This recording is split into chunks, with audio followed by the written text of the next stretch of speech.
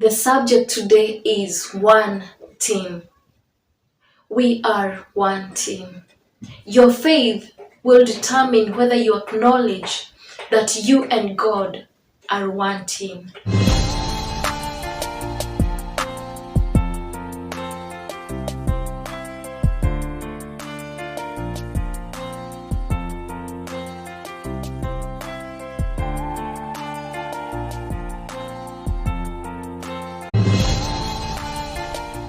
Hello, Kingdom Child. My name is Lucy Kings, a friend of Jesus. I'm glad to have you. Please remember to like, to share, and to subscribe.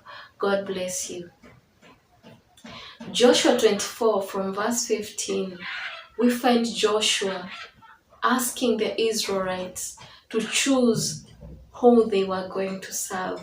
And in verse 16, verse 21, and verse 24, the Israelites are choosing that they were going to serve the true God, the God who delivered them from the hands of the Egyptians, the God who provided for them in the wilderness, is the God they chose to serve. In verse 23, we find Joshua telling them that if they were to serve the true God, the God that saved them from the hands of the Egyptians, that there were things that they needed to throw away.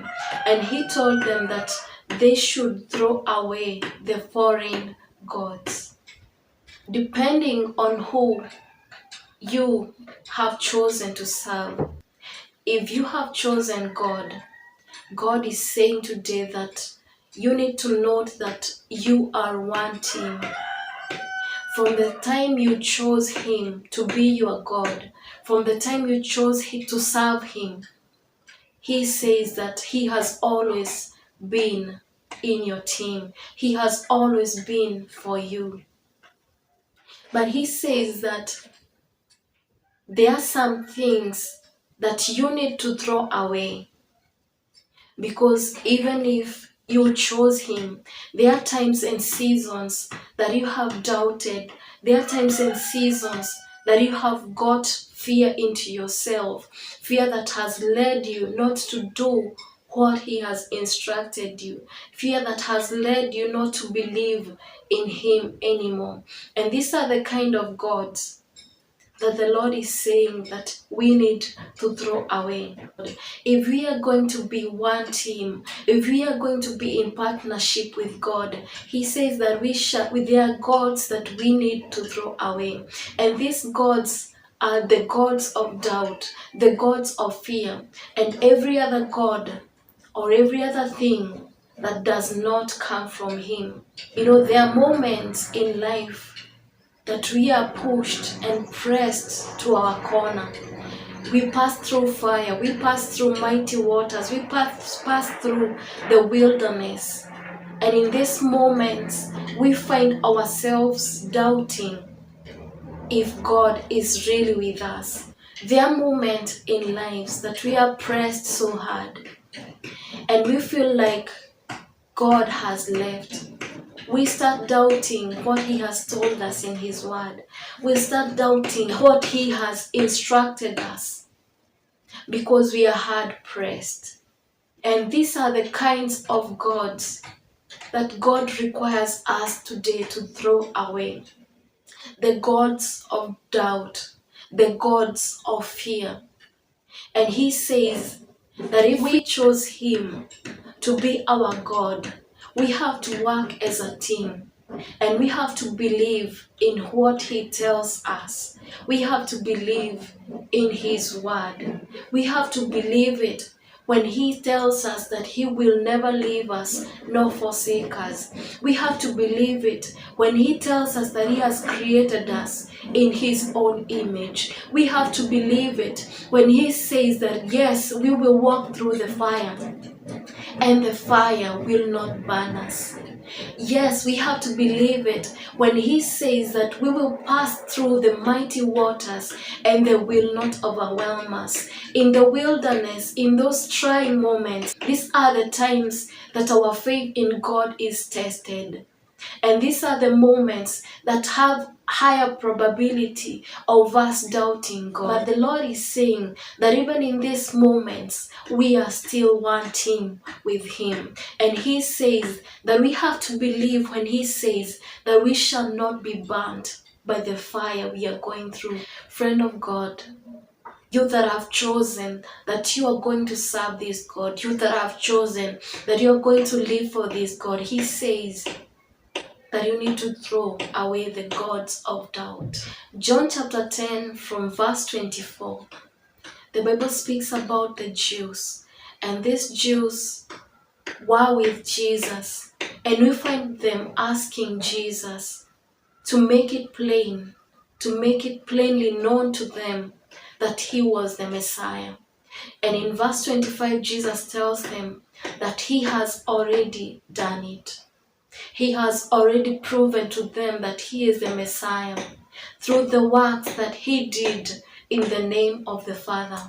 But still, we find the Jews doubting in the moments when we are hard pressed, when we find ourselves in the wilderness.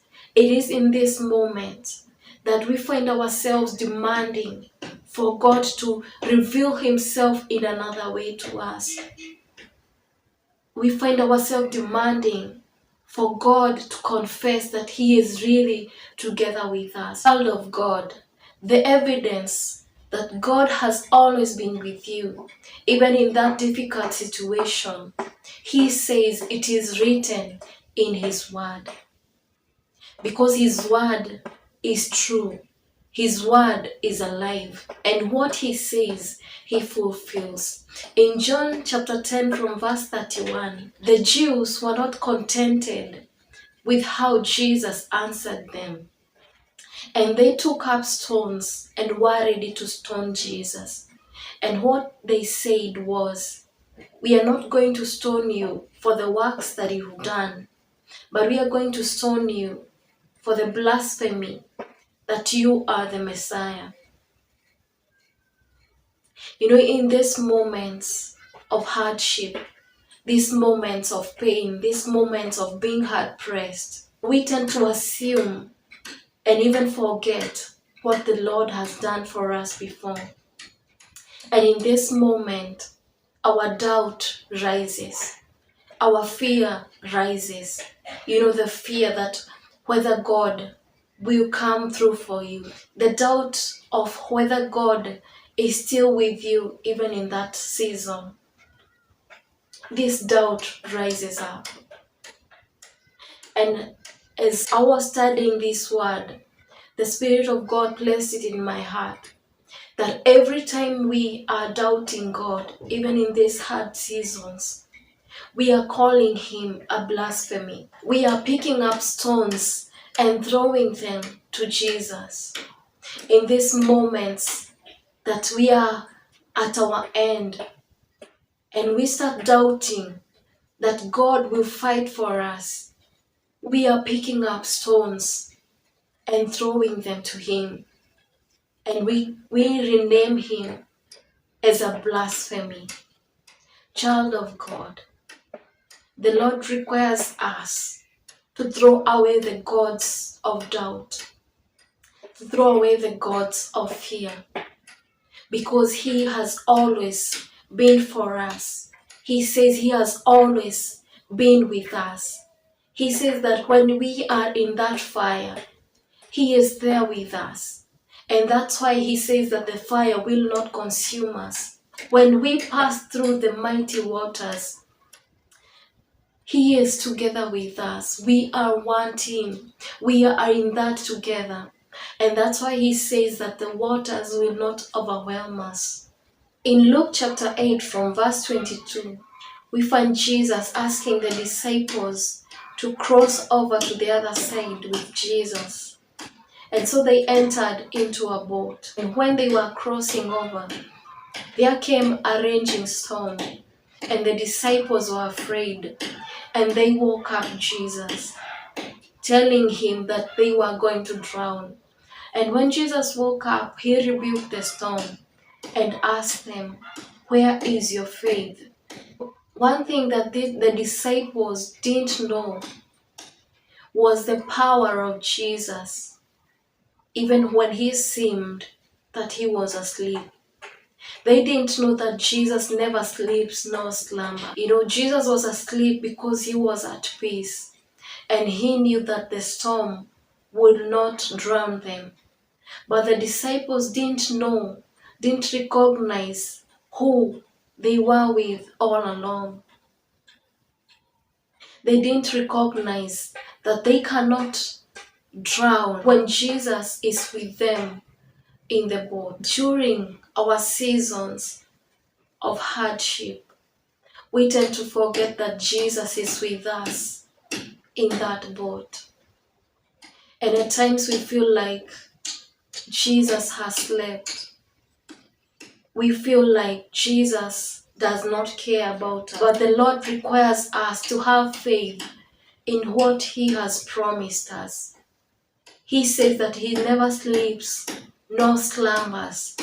So even in these moments when we feel like he has slept, when we feel forsaken, when we feel lost, when we feel we are without help, he says that we need to raise our faith, and our faith will work out things for us. No matter the hardship you are in right now, the Lord says that you are one team.